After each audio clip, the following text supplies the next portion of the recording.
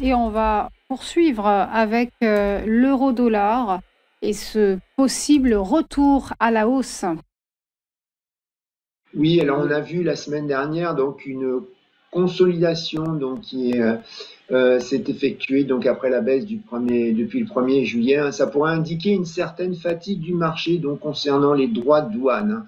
D'ailleurs donc cette répercussion des droits de douane sur l'indice des prix à la consommation est faible, hein, pour l'instant, hein. C'est ce qu'on a vu donc avec le chiffre du CPI la semaine dernière, hein, ce qui fait penser à plusieurs analystes que la Fed devrait continuer de baisser ses taux directeurs, alors que, comme je vous l'ai dit, la BCE semblerait plutôt arriver vers la fin de son cycle de baisse des taux directeurs. Donc en différentiel, c'est un peu favorable donc à l'euro.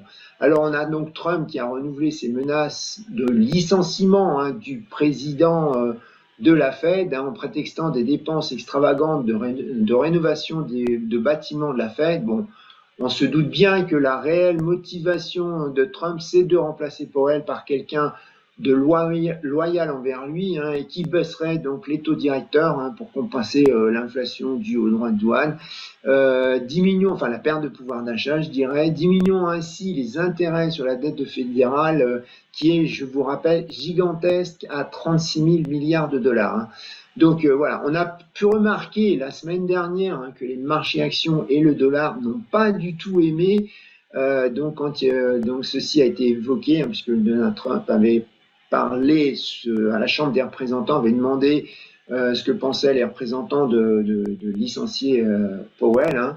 Alors, ce qu'on pense aussi, c'est que d'un point de vue marché, même s'il arrivait à changer le gouverneur, de toute façon, et avoir obtenir, je dirais, des baisses des taux court terme, hein, ben en fait, ça conduirait plutôt à une hausse des taux long terme. Je vous rappelle que les taux long terme sont dirigés par les marchés, non pas par la Fed, hein, parce que les traders, ben, ils ont en tête le précédent avec Nixon, hein, dans les années 70. Hein.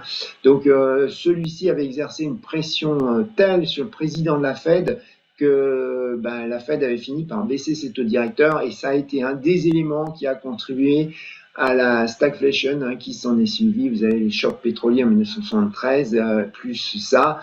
Donc voilà, ça c'est mal vu pour les marchés. Enfin, la banque centrale sur les marchés doit rester indépendante, hein.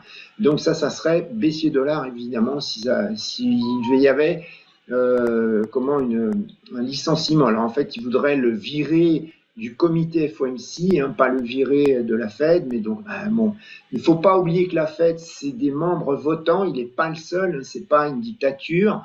Donc, est-ce que ça serait vraiment efficace? Pas évident non plus, hein. Voilà. Alors, si on regarde du côté analyse technique, bah, la paire elle a baissé seulement de 69 pips la semaine dernière, hein, malgré les hausses annoncées des droits de douane, hein. Donc, elle consolide, comme je vous disais, hein, depuis le 16 juillet. Donc, sa baisse qui avait entamé le 1er juillet. Alors, si on regarde côté support, on a un 15,56, hein, qui est le plus bas de la semaine dernière, qui a été atteint lors de la publication des ventes au détail aux États-Unis. En dessous, on a un 14,95, donc c'est un ancien double top qui avait été vu en janvier, février 2022, donc c'est un petit peu loin.